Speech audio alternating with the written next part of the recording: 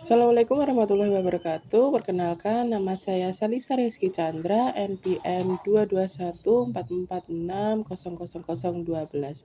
Saya dari Prodi Pendidikan Guru Sekolah Dasar kelas A122. Di sini saya akan menjelaskan tentang Pancasila sebagai dasar negara dari kelompok 3. Yang pertama ada sejarah dari Pancasila.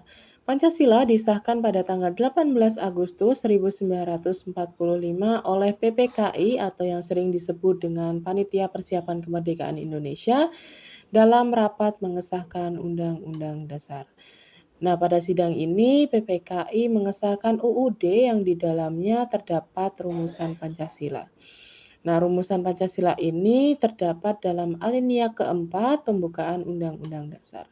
Sejarah singkat dari Pancasila bermula dari rapat BPUPKI yang dilaksanakan pada tanggal 29 Mei hingga 1 Juni 1945.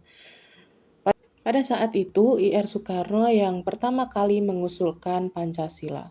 Kemudian setelah sidang BPUPKI berlanjut pada panitia 9. Nah, 9 tokoh ini nantinya yang menyelesaikan rumusan dasar negara, salah satunya Pancasila. Nah, setelah melalui perjalanan yang cukup panjang, akhirnya Pancasila disahkan oleh PPKI pada tanggal 18 Agustus 1945, satu hari setelah proklamasi kemerdekaan Indonesia. Lalu apa makna dari Pancasila sebagai dasar negara? Makna Pancasila sebagai dasar negara adalah menunjukkan bahwa Pancasila digunakan sebagai dasar penyelenggaraan negara. Memorandum PDRGR pada tanggal 9 Juni 1966 menjelaskan bahwa Pancasila sebagai pandangan hidup negara yang murni.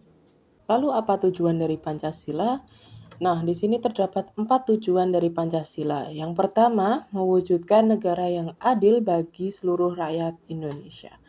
Nah, adil di sini berarti setiap warga negara Indonesia itu mendapatkan haknya.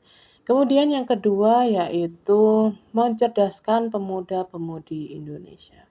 Yang ketiga, membentuk persatuan bagi bangsa Indonesia seperti yang tercantum dalam sila ketiga yaitu Persatuan Indonesia. Kemudian yang terakhir, memajukan kesejahteraan masyarakat Indonesia. Fungsi Pancasila sebagai dasar negara itu apa? Yaitu sebagai pengatur penyelenggaraan pemerintah. Ketetapan MPR nomor 18 MPR 1998 tentang pembatalan P4 dan penetapan Pancasila sebagai dasar negara. Ketentuan ini menyatakan bahwa Pancasila sebagai dasar negara Republik Indonesia harus dilaksanakan secara konsisten.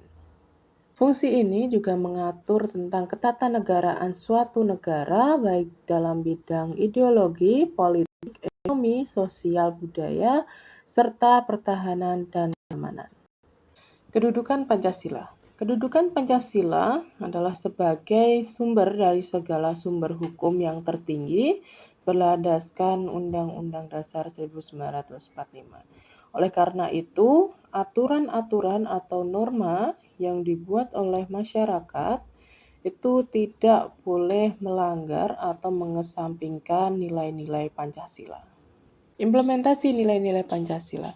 Implementasi dari nilai-nilai Pancasila terdapat dalam 5 bidang, yaitu politik, ekonomi, pertahanan keamanan, sosial budaya, dan yang terakhir ada pendidikan. Perkembangan politik harus bertumpu pada basis ontologis manusia, serta fakta objektif yang menyatakan bahwa manusia merupakan salah satu subjek negara. Implementasi di bidang politik bisa dilakukan dengan cara saling menghargai, saling menghormati pilihan orang, kemudian aktif dalam pemilihan umum. Kemudian pada bidang ekonomi. Kebijakan ekonomi harus berdasar dan mengacu pada Pancasila serta Undang-Undang 1945. Kebijakan pemerintah yang diambil meliputi perintah ketuhanan yang Maha Esa.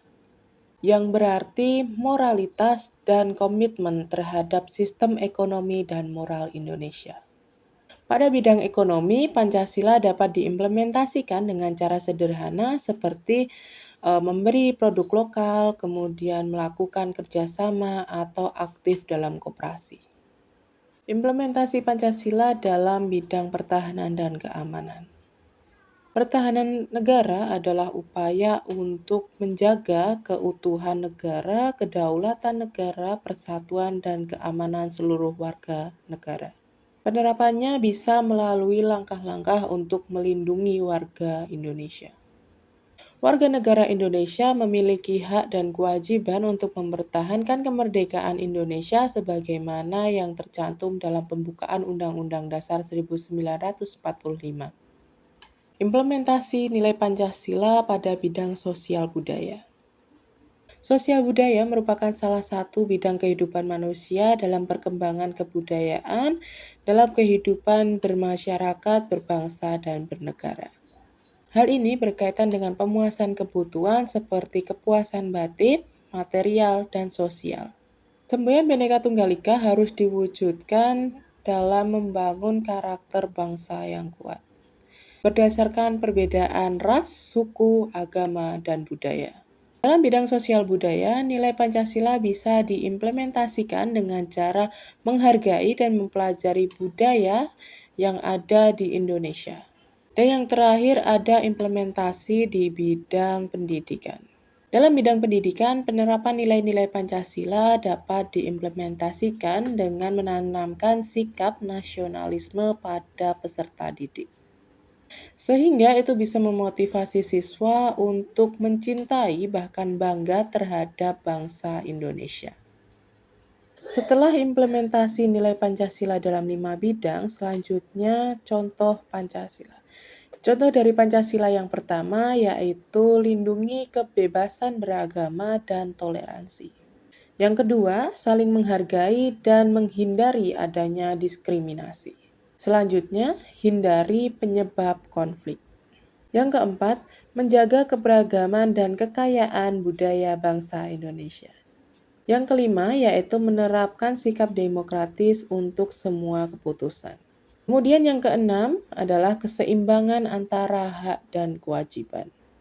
Yang terakhir adalah pengakuan kesetaraan hak asasi manusia dan kebebasan berpendapat tanpa adanya diskriminasi. Setelah saya jelaskan semuanya mengenai Pancasila sebagai dasar negara, kini bisa ditarik kesimpulan bahwa sebagai masyarakat atau manusia, kita harus memiliki ideologi. Dan ideologi bangsa Indonesia adalah Pancasila. Dengan begitu, kita harus mengerti apa arti Pancasila. Pancasila adalah jiwa bangsa Indonesia. Oleh sebab itu, Pancasila dijadikan sebagai pandangan hidup dan dasar negara Republik Indonesia. Pancasila melekat dan mengakar pada jiwa masyarakat Indonesia, sehingga Pancasila dijadikan sebagai pandangan hidup dan sebagai bukti perjuangan bangsa Indonesia. Itu yang dapat saya sampaikan mengenai Pancasila sebagai dasar negara. Terima kasih sudah menonton video kali ini. Assalamualaikum warahmatullahi wabarakatuh.